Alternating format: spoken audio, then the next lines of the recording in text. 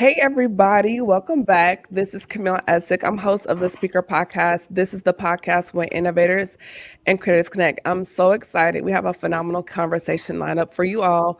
But before we do that, go right now. I need you to hop in, share with someone that you care or love. Go to Facebook at the Speaker Podcast. We're also on YouTube at Camille Essick and also on Instagram at Camille.Essick. Follow me online on my website at CamilleEssick.com. And I would love to hear from you. Send an email to me at the speakerpodcast@gmail.com. If you haven't heard, y'all, I just released a new ebook. It's so phenomenal. It's called Women Empowered Unleashed. It's available right now on my website, in addition to my ladies e-course. So we're gonna hop right into everything, just because we have a lot to cover. So I have three phenomenal gentlemen here, and they are blazing the trail by leaps and bounds in the world of education. And tonight, I call them the squad. The squad is here, and we're going to discuss the impact of Black men in education. So, with that being said, I'm going to do round robin, and I would love for everyone to introduce themselves, starting with Marvin Boatman. Hello, everyone. My name is Marvin Boatman. I'm originally from Tallahassee, Florida. I moved here a year ago to Atlanta, so I'm happy to be here. And thank you again, Camille, for the invitation. Now, Marvin, you can't just downplay the introduction because brother is clean every week. And you're also a stylist, so we need to unpack that for a minute before we just hop. We just can't just skate right over that. Gotcha. So I'm an educator. I am a behavioral specialist here. Well, not here, but in McDonough, Georgia, at Henry County School of Scholars. I'm also, as Camille has mentioned, a fashion consultant as well. So, fellas, if you know anyone or if you need some tips, let me know. But I'm definitely grateful for this opportunity. And he styles ladies as well. Yeah. So if you're looking for a look, ladies, reach out to him. Very respectful, clean every week, and I can attest to that. Thank you so much, Camille. And then we have HBCU Pride in the room. Dr. Kent Wallace, please introduce yourself. Hello. I'm hearing a little of an echo on your end. I am too. Okay. One thing, if you're not speaking, please mute your mic when you're not talking. Maybe that will help. Okay. So my name is Dr. Bryant Kent Wallace. I am an associate professor of physics at Fisk University. I am the discipline coordinator of physics, which is our equivalent of a department chair of physics, but I am also the dean of graduate studies at Fisk University. And we are in Nashville, Tennessee. You got to talk about those projects as well. So many.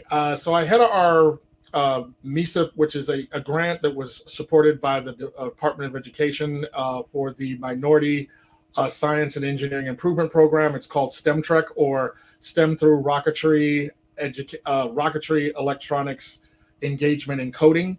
And it's basically to help retain people of color in STEM-related fields so that they can go into the STEM workforce. I also had a grant with Dr. Damo in chemistry. It's a Department of Energy grant in nuclear physics to bring more diversity to the field of nuclear physics research.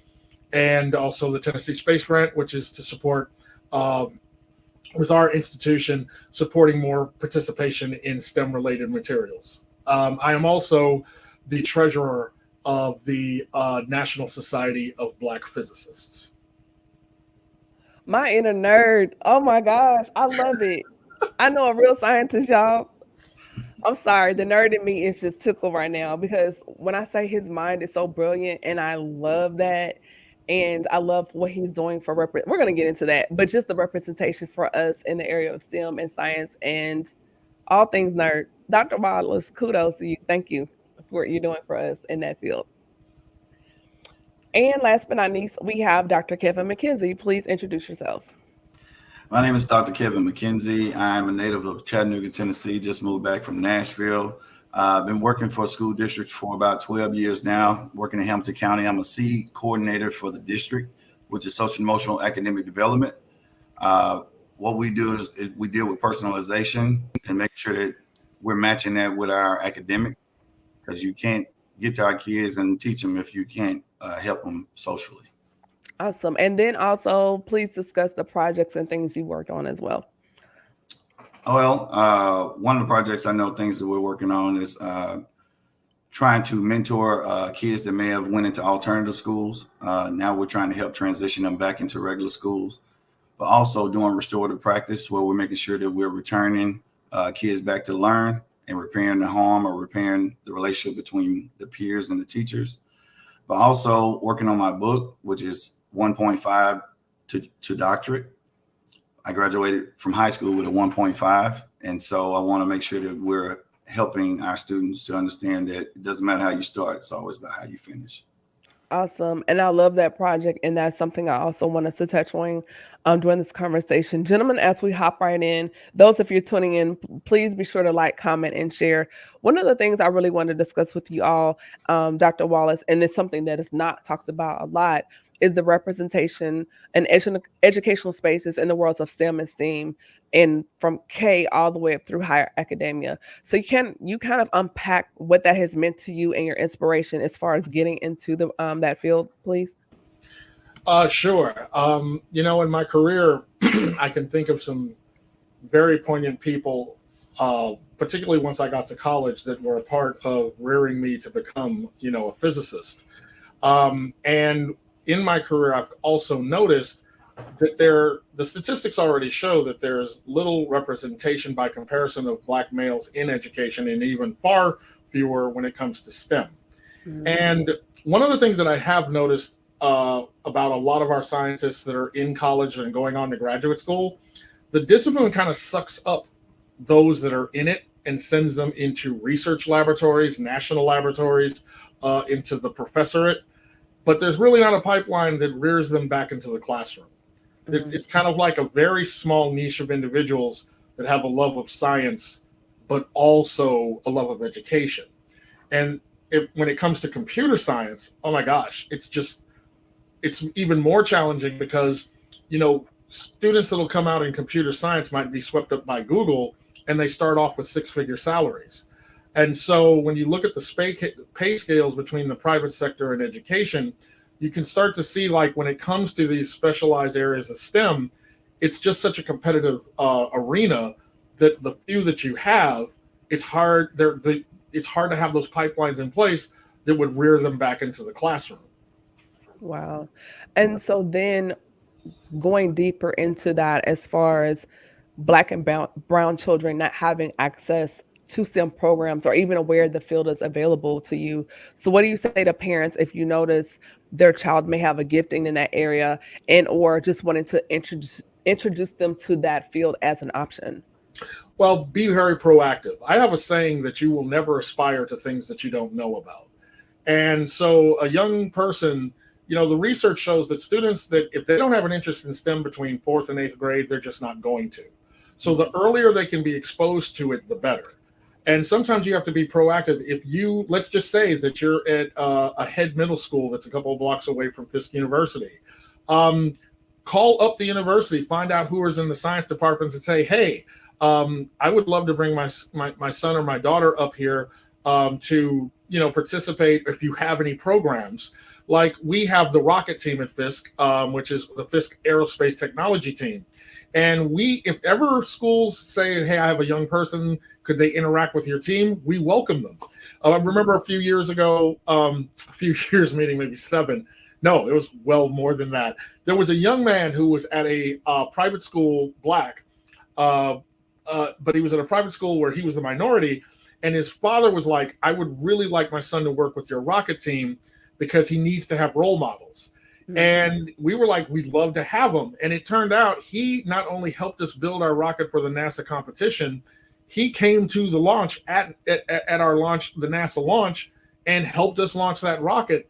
And it so influenced him. Now, he didn't go into science, but he did aspire and ascend to be a very good academic student. And he today is a graduate with his bachelor's and master's of the University of Wisconsin, and now is if I remember correctly, if I'm calling it correctly, a housing broker in the Chicagoland area, and it has a very lucrative career. So I'm just very proud to just have him have the opportunity to be around students of color that meant to excel and not be scared of participating in fields that are normally dominated by those that are not of color. I love that. And the fact that you mentioned fear, I definitely want Marvin to tap into that as far as you getting them at an earlier age, as far as your space and education with behavior health sciences. When you see students exhibiting fear, that they see something that I don't know if I'm good at math or science. I don't know. Marvin and you too, Dr. McKenzie, please chime in as far as gravitating to that child, building the confidence to say, hey, you can do this, you can do STEM, or whatever the subject may be. Marvin, please take the helm on that. Definitely, I think it's very important that you form a relationship with that child so that you can be able to find out what are their strengths, what are their weaknesses, and seeing how you can draw out, because that's one of the things we do is kind of map out a plan for that child and kind of see where they are and give them that boost, give them that extra attention that they may need, find out, what's going on at home maybe that can also help out as well. Just like I said, getting to know that child and finding out how you can impart, great values for them. Dr. McKenzie? Yeah, I piggyback off that. I would say that with our elementary schools, we really try to make sure that we set goals and we try to get them that person in the school, find that person that they actually can gravitate towards, because everybody got to have that person in the school that they can actually go to. And so in high school I work with and I graduated from, I have 5 different mentor programs. So you try to make sure that you push those kids into urban league, whether they be on the mayor's council. You really try to find their strengths. You really try to figure out what it is they want to do. So if it's something that a student is telling me they want to do, and I know a lot of people in different areas, whether it be culinary, whether it be music, a lot of our kids love the rap, but they need to learn poetry so they can really understand the words that they're actually saying. But also they want to make beats. We had a young student who came in 9th grade. Regular school wasn't conducive for him. So we put him into Opportunity High School. This kid is about to graduate next year early. But we have to see that on the front end, because sometimes we got to understand that the distractions and the social interactions in certain schools or in environments are not conducive for our kids. So we got to put them in places so they can be successful. That's good. And then tapping into that, something you said made me think about, and you all can chime in, as far as we're seeing over the last 20 years, there's been lower graduation rates for Black men on college campuses and universities. And there are so many contributing factors to that. And so something that you said as far as graduating with a 1.5 to now matriculating to a PhD. And Dr. McKenzie, please kick off this portion of the conversation. And then Marvin and Dr. Wallace, please chime in as far as what do you see as contributing factors? Does it start in elementary, middle school, and high school? Where are we losing our brothers where they're not crossing the stage at the rate as far as Black women? I would say it starts off with ACEs, which is adverse childhood experiences that starts at an early age. And as an adult going into college, we still deal with ACEs. So I don't know if you know what ACEs, which is adverse childhood experiences, and a lot of different people have gone through them. But that and also the financial opportunity for students, and then also students not knowing where to go get that money or financial aid. I'll say an individual student who could have went to college and graduated didn't know that there was first generational student and that they could have got money for that. So it's really just connecting to a guidance counselor that really works for our students, because I will tell you this, I never met my guidance counselor when I was in high school. And so it was a position, I'm just being honest. But right now we have career and college and career goal individuals. So it's just really connecting those people now and understanding that you can go to a 2-year college and transition to a 4-year college. We have so many different opportunities now, but we're really trying to push our Black males because their grade point average is so low. And then when they take ingenuity they choose to get a lower grade instead of actually taking the class over and getting a higher grade. So then you can't get those opportunities, whether it be scholarships, the ACT. We're not good test takers. So I put the first ACT program in an elementary school in Nashville. And so we started that in Nashville elementary school, and then we moved up to middle school because repetition can be sometimes the best teacher. And so I think with the ACT scores and making sure that you have access to those funds, we got to know where it is, and we got to not be stingy and let our students know what it is they can have. Mm-hmm. Marvin? I really think it goes back to parents. Let's start there. And the motivation that they give their kids on a day-to-day basis. Of course, we know we got single parents who are working, don't really have time sometimes to have that chit chat with their child. I think it's just more important that with the parents, and then like Dr. McKenzie said, finding a counselor that can really pour into you throughout your, from middle school to high school, getting them to understand the importance of graduating, for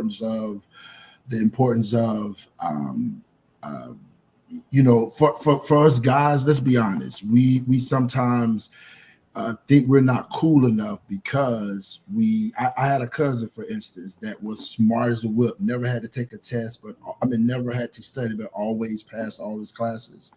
But because his peers picked on him, he stopped, being smart, if you will. He wanted to be a thug. He wanted to hang out with the cool guys. For you women, y'all have that, if you will. It's more catty, but y'all still are focused on, what needs to happen and where you need to go. Unlike us men, we want to be cool. We want to be in the game. We want to be accepted to a lot of things. So we have more of a challenge, if I can say that, and you guys please help me out. We have more of a challenge of moving forward and understanding the importance of graduating and being the first one of your family to graduate. So I think it goes, like I said, from parents having a village. We don't have that village like we used to, and that plays a big part. Let's be honest, we have kids raising kids. We don't want anybody to say nothing to our kids. I remember growing up, and I stayed in the projects.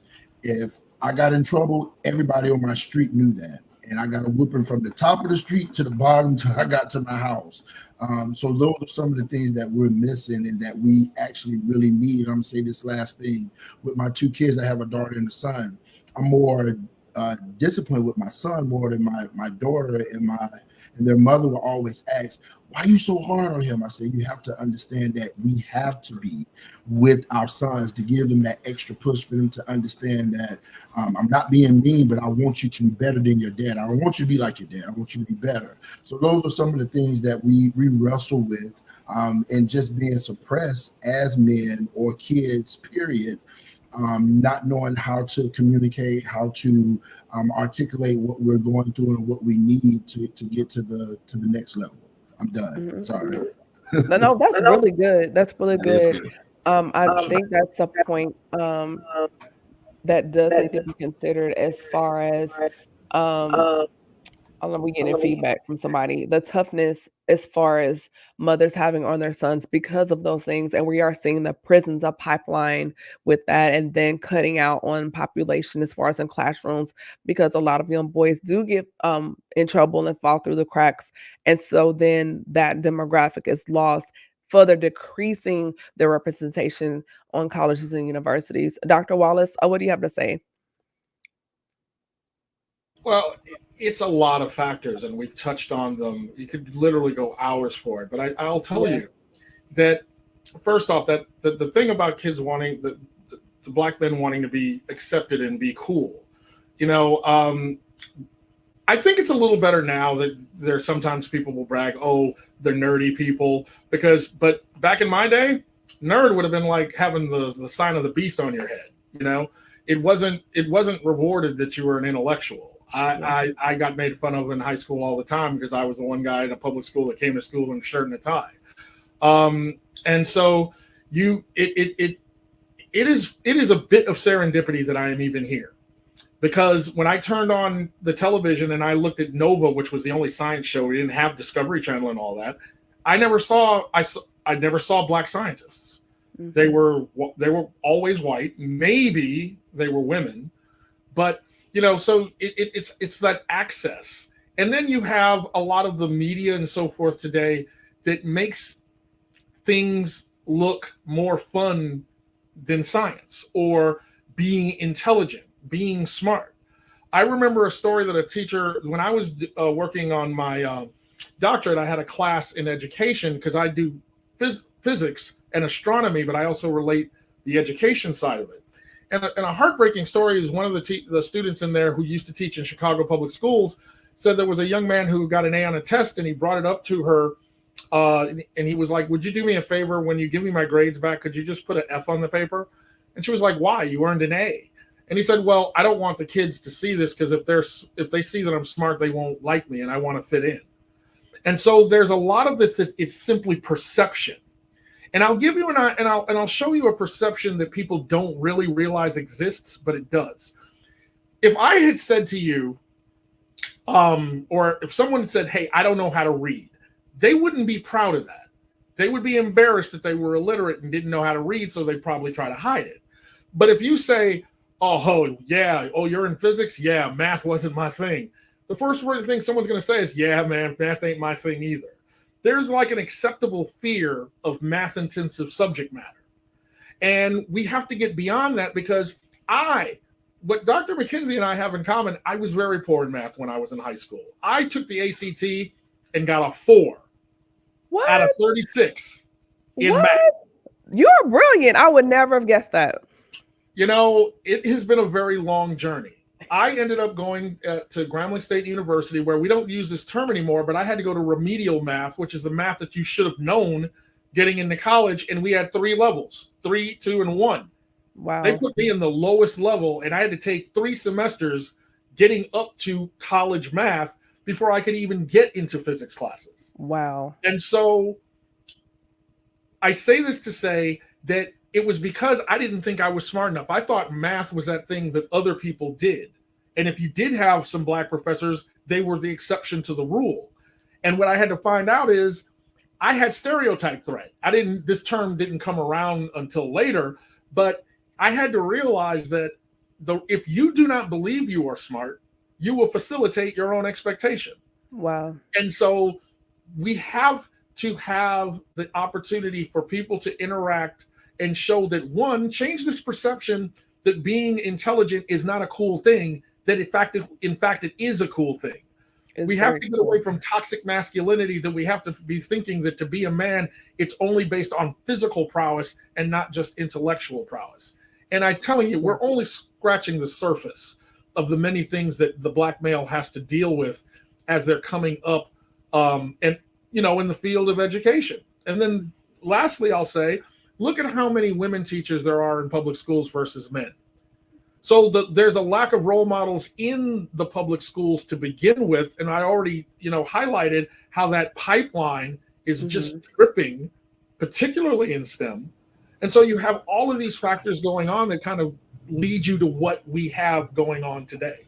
Yes, that's a really good point. 2 things, and maybe I'm different. So growing up, little girl, middle school, high school, college, whatever, I always liked the smart guys.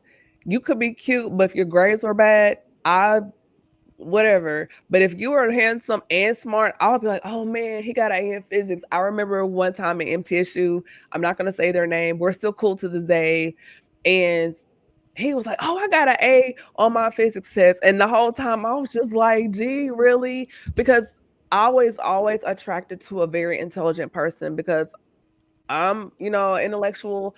And so it's like, can you hold your own in a conversation? Do you mentally stimulate me? So I always thought smart guys were really cool. Second thing, I like what you pointed out, Dr. Wallace, in terms of representation as far as black men in the classroom, which leads to our next talking point. Don't agree with everything he says, but Even a broken clock is correct twice a day. So Dr. Umar Johnson, he was pointing out the fact that the lack of representation in the classroom with white female counterparts and this fear of Black boys and the labeling of them in the classroom tends to set a stain on them throughout education. And we need to have more Black men in the classroom because a lot of Black boys or children, period, do not have a father in the home. And so having a father figure in the classroom, as far as a form of authority, male voice, and influence, makes a bigger and sometimes even greater impact on students. I remember throughout my entire educational resume, I didn't have my first Black professor until I got to MTSU freshman year English. And then I didn't have another one until I took African American Studies, Dr. Bakari. So I do want to open up this door. Marvin, please kick things off as far as how you notice your presence in the classroom as far as impact and response to students. You're on mute. A Black male is very important in the classroom. It sets the tone. And no offense to women, some women can walk in and demand a room, and it don't always happen. A man can come right behind them and say the same thing.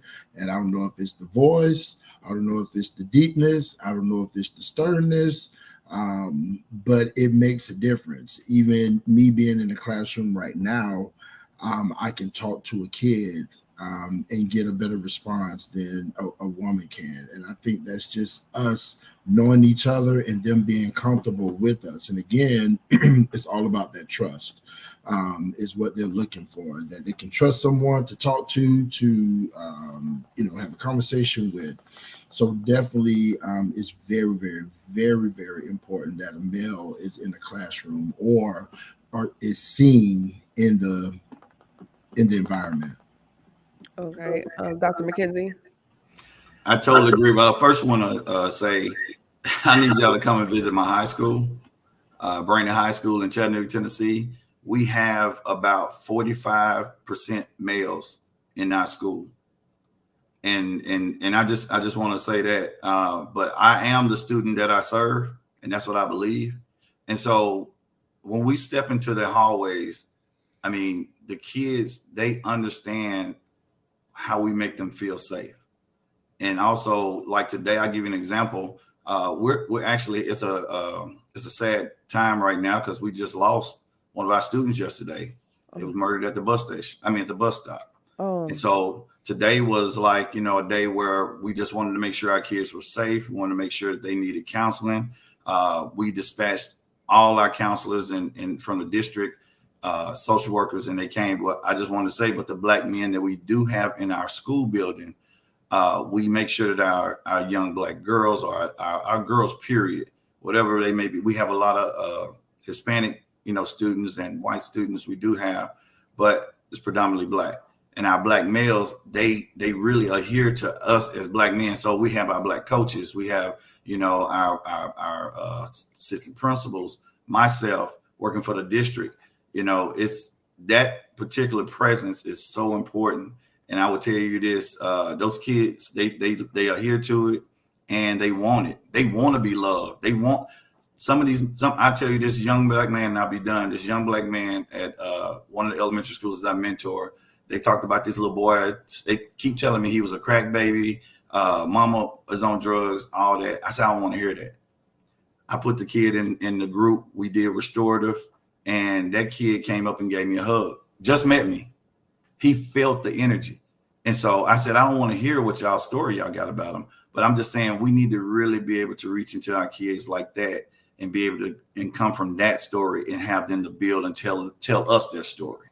Yeah, that's good. And even now with even being able to hug a student, because there are so many instances of inappropriate contact with educators and students, that a lot of times that hug is the only hug that child gets because they deal with touch deprivation at home. A lot of Black girls and Black boys statistically do not receive physical affection on the same rates as their white counterparts. And so you even have to be mindful of that. But when you can, how much that genuine, honest hug can shift the trajectory of the child. So that's really good. Dr. Wallace?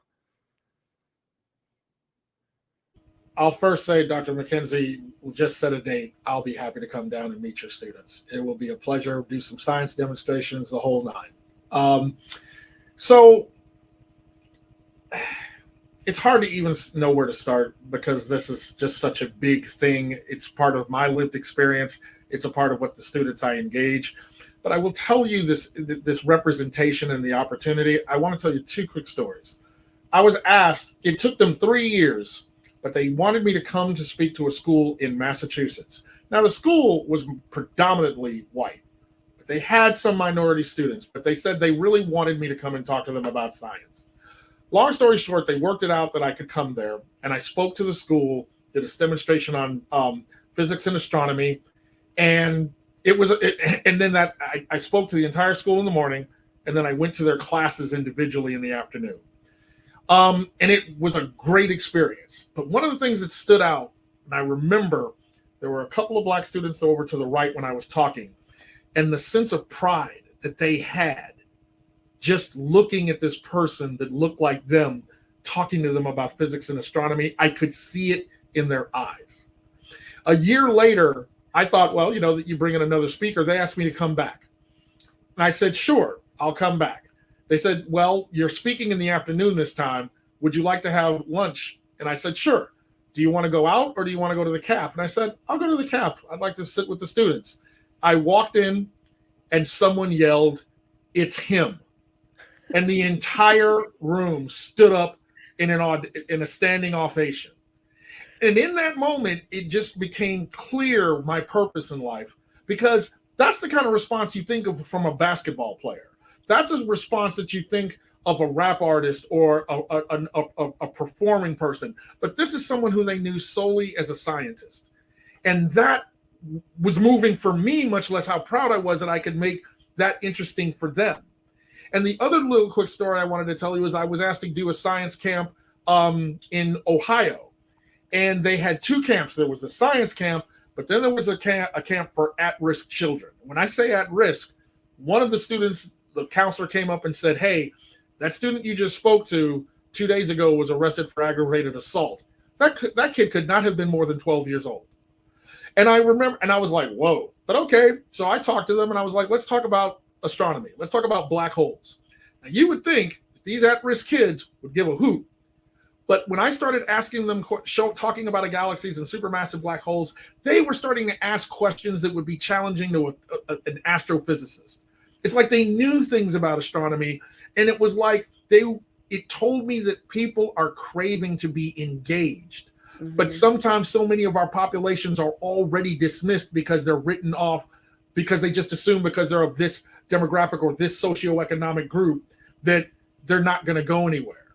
And it just told me that if they are engaged and you treat them like humans and you don't come in with the expectation that they're underperformers, but you treat them with the expectation that they can comprehend, they embrace that, because they will literally become the expectation that is projected upon them. So if you project low expectation, they will realize that. But if you project high expectation, they will rise to that.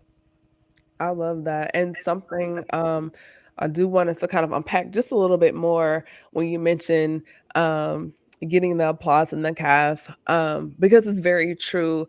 Athletes, rappers, entertainers are celebrated more than our scientists, our doctors, and our lawyers. And I feel that exposure creates interest. And that's one of the reasons I wanted to have you on, Dr. Wallace.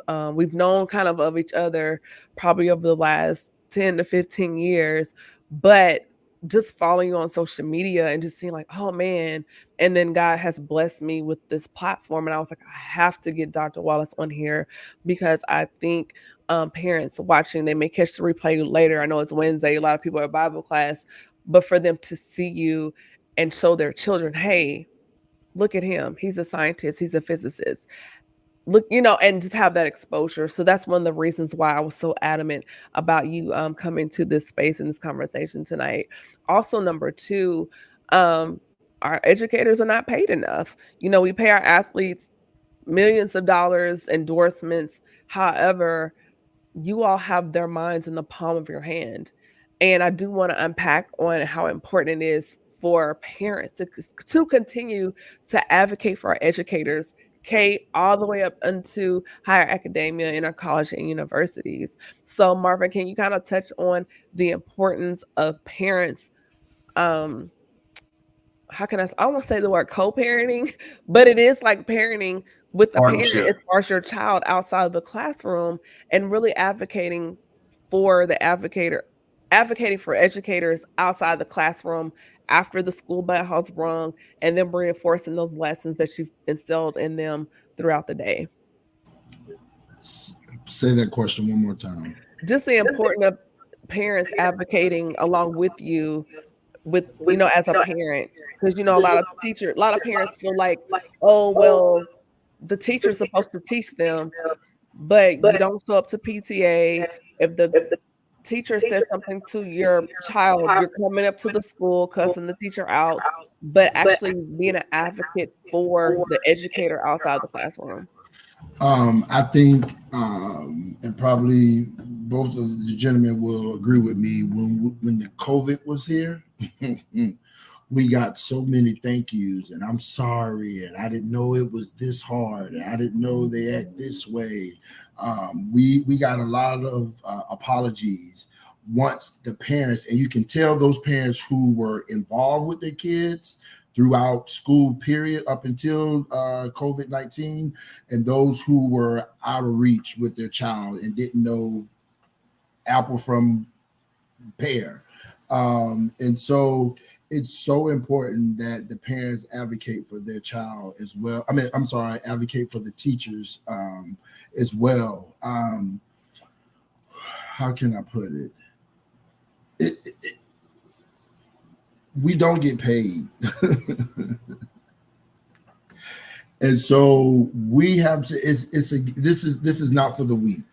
And I'm kind of fumbling because there's so much I want to say pertaining to this, but to allow the other gentlemen to chime in,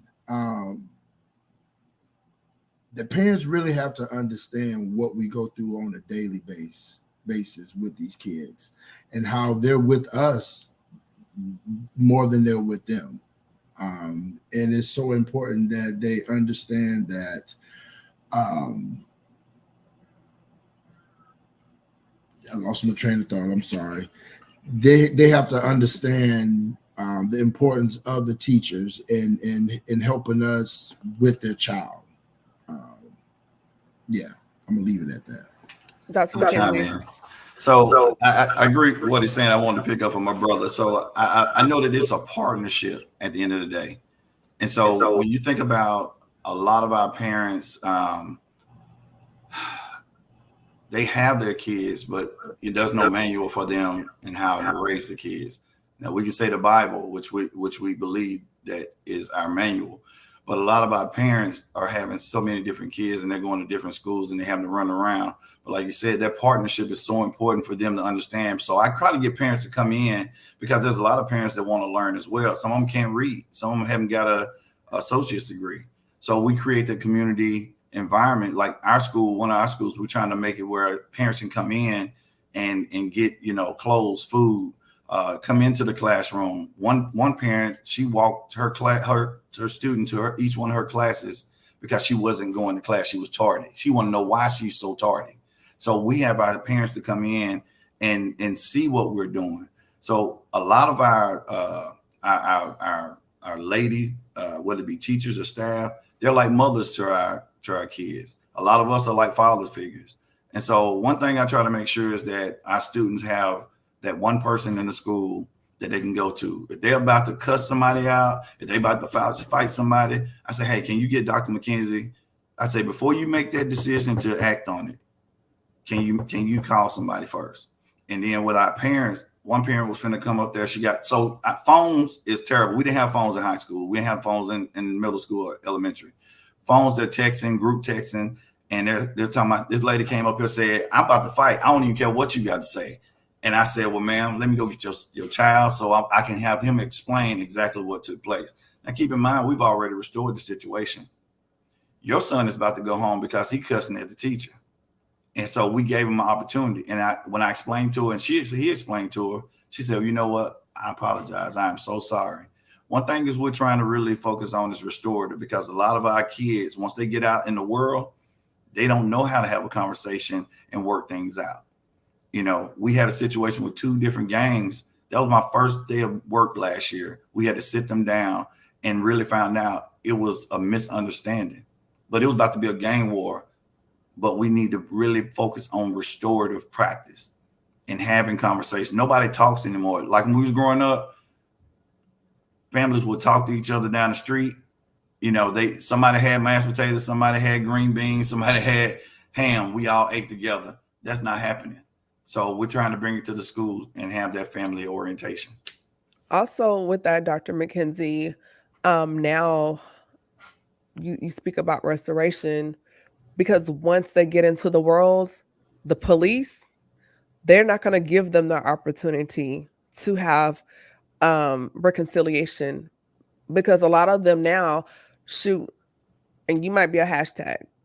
They don't want to hear your story. You know, we see it month after month. We're a hashtag, whether it's my source, Sandra Bland, Sandra Massey, Elijah McClain, George Floyd, Breonna Taylor. We can go down the list. And so I think that's very important that you teach them, though, those students, the skills of reconciliation, communication, because in the world, the world is not going to give them opportunity. You're exactly right. And we're creating an oasis or a more zen space within our courtyard. We're going to refurbish some benches, and it's going to be a restorative space where students can actually restore their own relationships. They can resolve their own conflict, you know. So we have to create that, but we have to model it first. And so one of the things, one of my friends came, I know you're going to trip out. He used to sing with Usher. So New Beginning, Usher was in New Beginning before he became Usher. Right. And so Chattanooga history, Tennessee history. Yes. And so I brought him in to talk to my mentees today, which is a 40 program that the mayor created. Brought him in to talk to him, and he kind of talked about situations where we were, him and another friend, that was in that same room, where they had odds, but it showed the kids that for 10 years they may have had odds. Now they're best of friends, and that resolution is so important. And he said, man, this guy can have anything he wants from me, you know what I'm saying, because we was able to resolve our conflict. But what the problem was, it was other people that was making them pit against each other. It had nothing to do with them 2 people.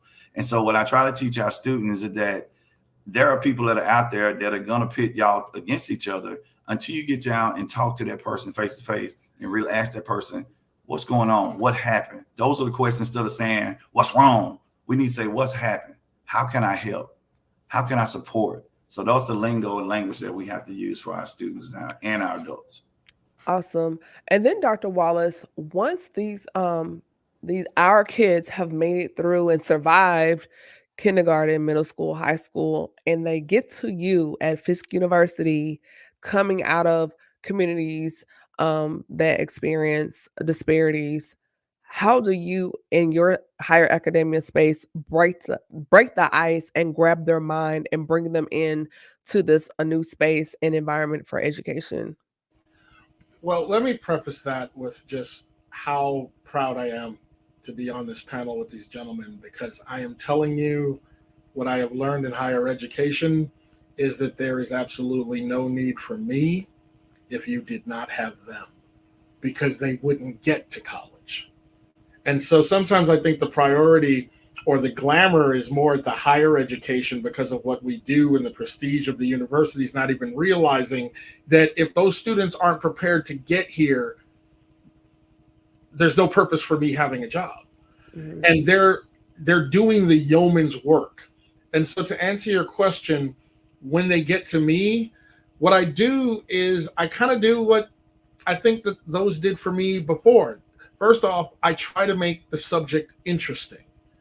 And I try to engage them not from a deficit perspective, but more of an enhancement perspective. That, okay, let's find out where you are. Okay, it might be behind the curve. I don't care. Let's start where you are. Just don't stay there. Famous African proverb that I live by, taught to me by Dr. Milner, who was one of my educators at Vanderbilt. You start where you are. Just don't stay there.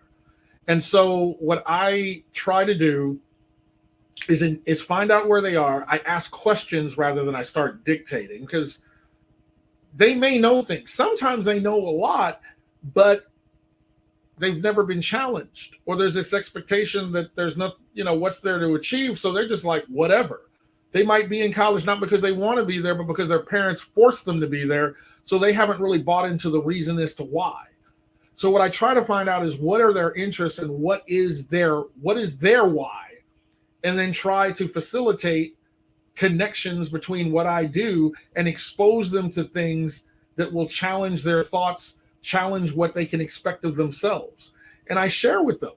I wasn't this child prodigy. I came from a deficit myself. And little known fact to many people, and it was funny, I was a commencement speaker. I was the keynote speaker for our opening convocation.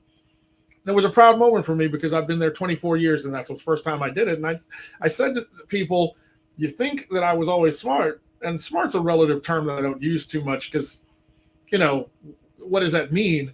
But I will say this. I applied to Fisk University coming out of high school. I was turned down. I applied to their summer research program when I was Grambling. I was turned down. One of my physics advisor didn't think I was cut out for physics. And he suggested, since you're in the marching band, change your major to music. So he didn't even believe in me, and he was black. What? But fortunately, it was an Indian professor that actually believed in me and said, Kent, you're going to have a degree in physics. And I said, how can you say that? And he said, because no matter how many classes I failed you, you always signed up the next semester. You never quit. And because you never quit, you will have a degree in physics. And when he said that to me, it literally changed the way that I looked at myself. And so that I carried with me for the rest of my career. That sometimes I just need to identify in a student to let them look in themselves and see something that they have never seen before. Because the beautiful thing is, once you see it, you can never unsee it. I hope that addresses your question. Very well. And as you were speaking, I started thinking about my high school American history and economics teacher. And to this day, I want to say during the pandemic, I found him on Facebook. So he had not seen me since senior year of high school. And I was just catching him up on um, school, joining the Navy, all that. And he was just like, wow. And I'm so thankful I was able to thank him because high school was very hard for me. And being in his classroom was the bright spot for me during that period of my life as a high school student, as a teen. And just his I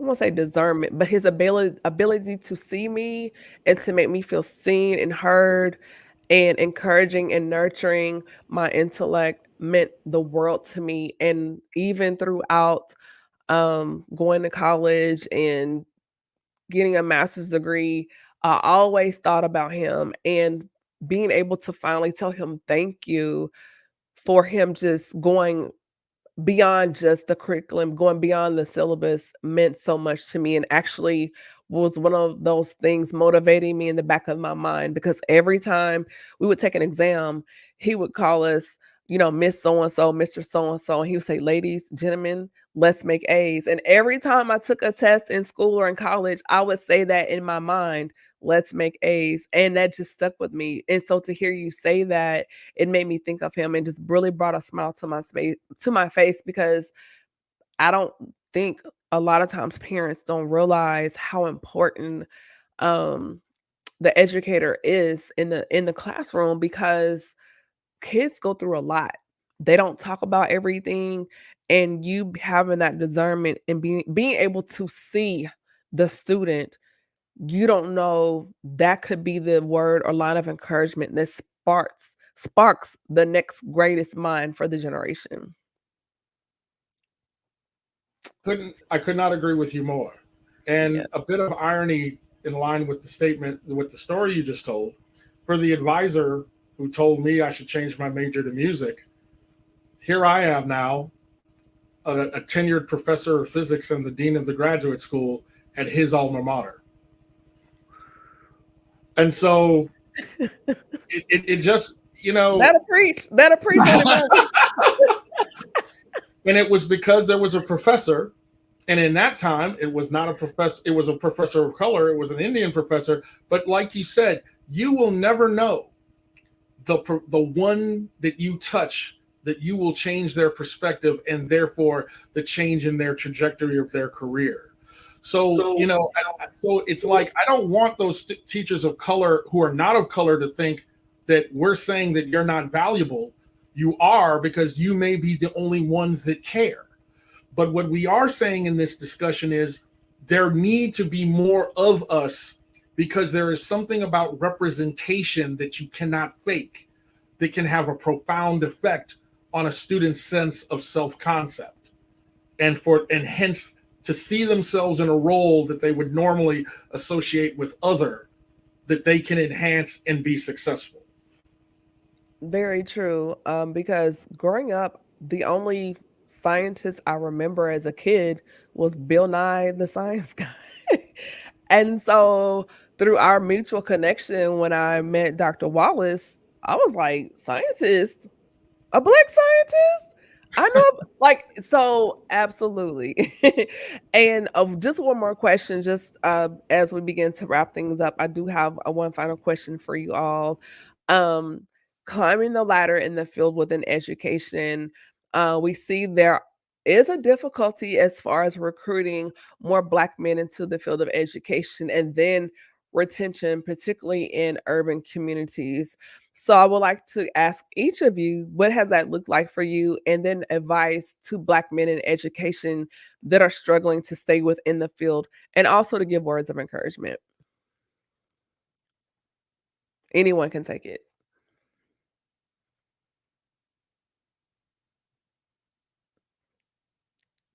Don't mind me. I will say very briefly, if you are watching this podcast and you have a child that feels lost and is not living up to their potential, if you are a student and you feel that the smart ones are the other, I want you to understand something. It is not the other, it is you. My dad was an architect, even though I was such a poor performer in school. And I said, Dad, how is it that you understand calculus and all this math? I just don't understand it. And he said, Kent, the only thing that lies between the difference between you and me is time. And if you put in the time, you can understand things like I did. He said that if it was written by a man, it could be understood by a man. And so I had to stop. You have to change your perception. You have to change your perception that it's something that you can't do.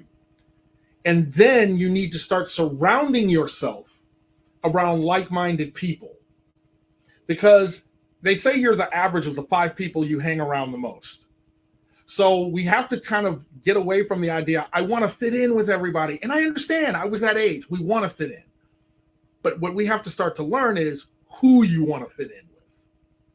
And so we need to broker and leverage our powers, find the people, find your tribe, find those that are quirky like you. It's okay. But I just want you to know you're not alone. You can do it. Parents, go to this Adventure Science Center with your kid. Be amazed together. Be amazed together about science.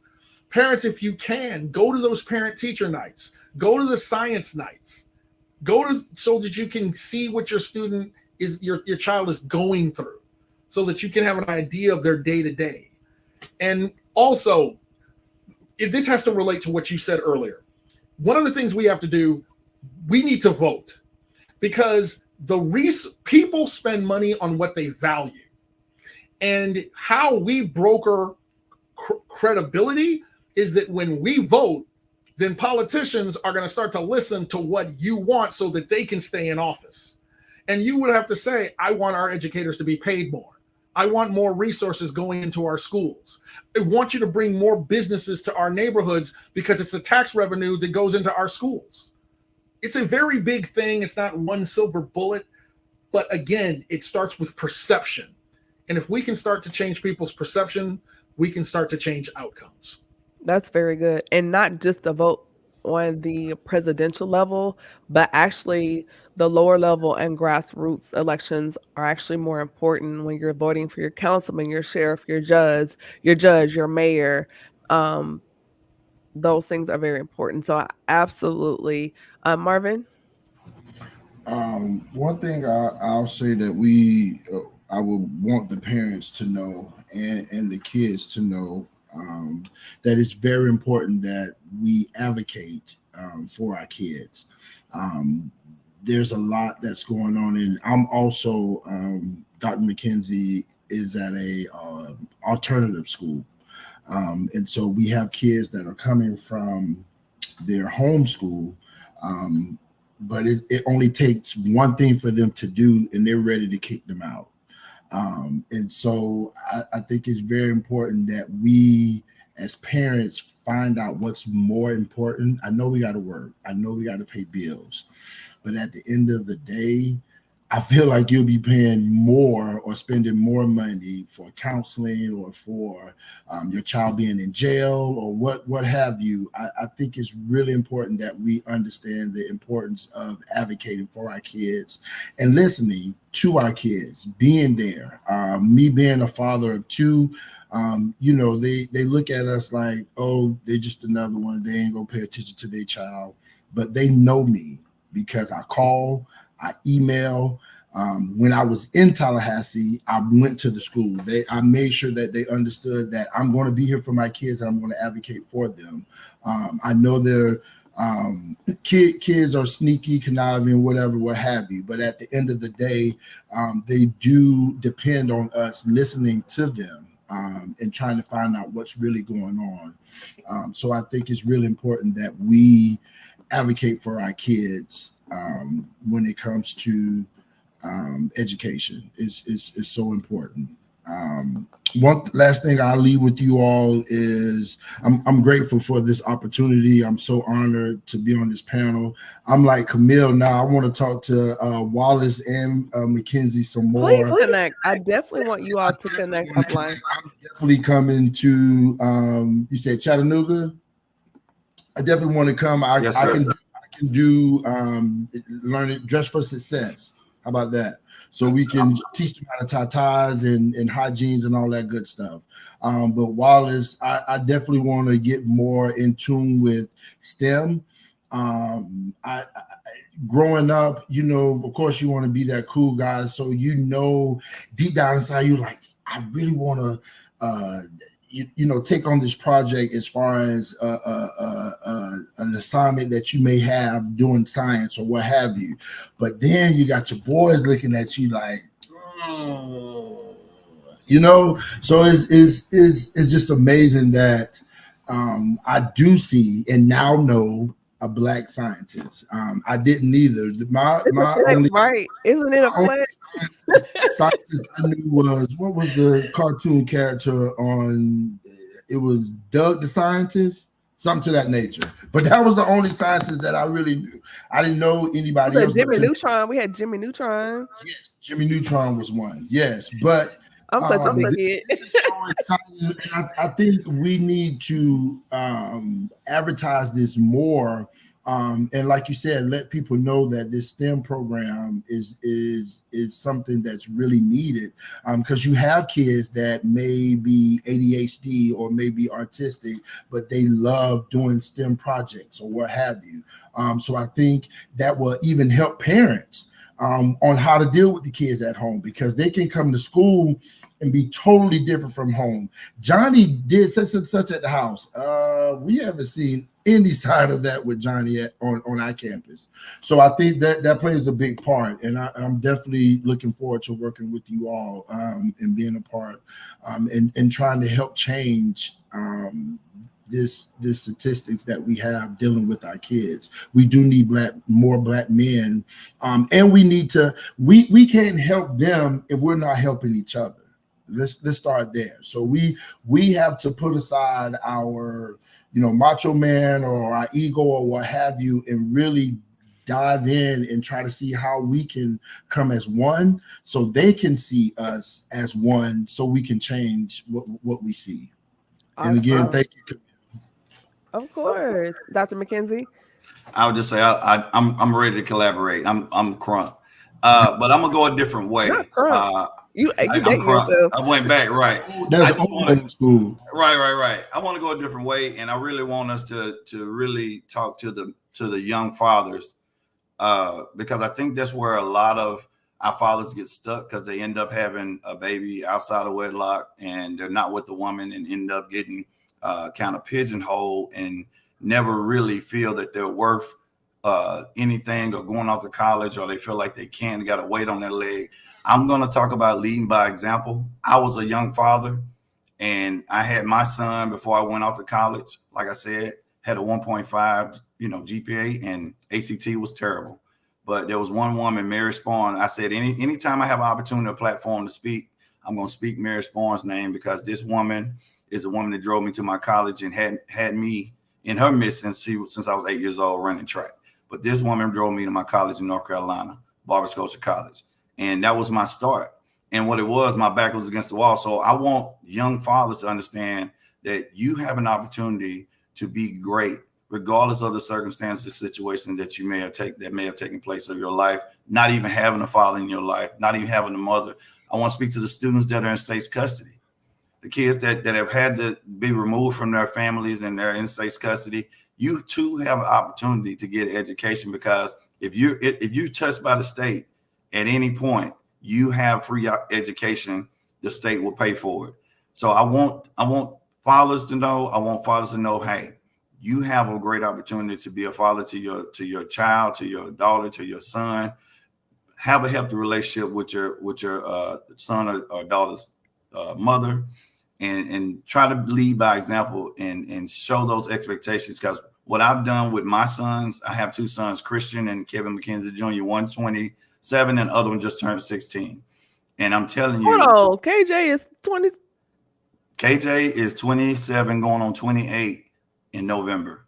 I remember when he never mind. Was a baby. Yeah, exactly. You dating yourself. And so my friends, my new friends, I had my son on MTSU campus with me.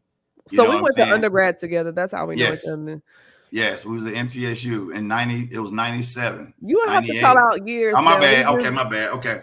So I just wanted to really speak to, because I don't think that area of men gets spoken to, and I want to pour into them. I want to really enrich their spirit. I want to really encourage them. Man, you got it. You got to just allow God to show you what's in your path, and continue to follow that path. But all of us need to put our arms around these young men and really tell them that they can be fathers, they can be great men, and then show them how they can get an education. Because my back was against the wall, and I got, just like Dr. Wallace, I got denied at MTSU for grad school. But the Lord said, hey, I still need you to go on in there, and you getting your doctorate. I said, how am I get my doctorate and I got denied? Look at me now. That's all I'm gonna say. Awesome. Excuse me. I want to thank each of you for joining me here. This has been a great conversation. And I appreciate, I know you all have very busy schedules, but just to say thank you to each of you for taking the time out of your busy schedule to sit down and join me here for this conversation. When I initially started my podcast, it was initially geared towards Black women, but it was just really in my mind that to create and carve out a space for our brothers as well. And since then, it has just really grown by leaps and bounds. And so I'm very intentional about ensuring that our brothers doing phenomenal things across the diaspora, they are spotlighted here. And I say all the time, Black women, we have, boss girl brunches and retreats and girls trips and weekends and all that, but we really don't have a healthy space for our brothers outside of maybe the barbershop. And so I really want to continue to open up my space to brothers doing great things in education and worlds of creativity, innovation, etc. So thank you to each of you. And I'm proud of all of y'all. Just to see what y'all have done is super amazing. So as we begin to wrap up, do you all have any takeaways or nuggets for the listeners and viewers? And then also, where can people contact you and reach you on social media or even book you for speaking offline? I'll just quickly say it is a pleasure to meet you, gentlemen.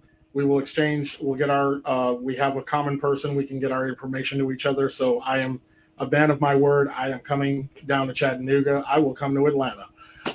My contact information, you can email me at bwallace@fisk.edu. If you are interested in me coming to your school to speak or event, you can just reach out to me there. You can follow me on Facebook, Brian Kent Wallace. You just put that in, it'll get me. Instagram, I am Dr. BK Wallace, and also on TikTok, I am Dr. BK. So Dr. BK Wallace, the same as Instagram, is the same as TikTok. So thank you, and again, gentlemen, it has been such a pleasure, and thank you, Camille, for having me on your show. I am honored to be here in the presence of these esteemed gentlemen. It just gets me so excited to get back to work tomorrow and influence more minds. You're welcome. And I definitely want to bring you back to highlight more areas as far as STEM and STEAM and put that out there. So I'll be contacting you as well. And I do love the fact that this has been like a D9 HBCU and we're right in homecoming season. So this is perfect. um, Well, go ahead. Go ahead. I'll say thank you, Camille, because you followed me through my education journey since you had your podcast. So I appreciate Even though you were mean in undergrad and didn't talk to anybody, but whatever. I had a child. No, no. Siri, You know I love you. She was my child by Mary J. Blige. No. So, guys, I really appreciate the opportunity to actually be on here with you all. Like I said, I look forward to working with you all and building that bond. I will say, you can find me at the Kevin McKenzie Show on Instagram, Facebook, Kevin McKenzie, LinkedIn, Kevin McKenzie, or you can email me at kdmckenzie@yahoo.com. I would say I want each and every person, whether they're young, older, seasoned, however you may say, continue to follow your dreams, continue to pour into each other and allow yourself to be poured into. Every meeting is an opportunity, and every opportunity is a possible partnership or collaboration. Marvin? Again, Camille, thank you so much for seeing something in me to grace this podcast with these esteemed gentlemen. It was great meeting you all, listening to your stories, getting some nuggets myself, and I'm excited to get to work tomorrow so I can talk to one of our gentlemen there and see what we can do. If you see right behind me, I have a picture up. I have a nonprofit organization called the Kingsman's Club, and so we talk about, or we educate young men with grooming, dress for success, etiquette, financial literacy, the list goes on. But you can find me on Facebook at Marvin M. Boatman, Boatman, or you can find me on Instagram with _Boatman77. And you can email me if you would like for me to come be a part of any educational activities that you may have, or I can come to your school and teach some of the kids how to tie ties and talk about hygienes and some other things. But you can definitely reach me. My email is kingsmansclub17@gmail.com. That's KINGSMAN17@gmail.com. Again, fellas, I thank you all, and it was my pleasure being a part of this great podcast. Wow, this was such a great conversation. I feel so enlightened and honored to see all of y'all grow in your industries. And I hope someone got something from this conversation, whether you watch now, catch the replay, or catch the streaming later on. Thank you all for tuning in.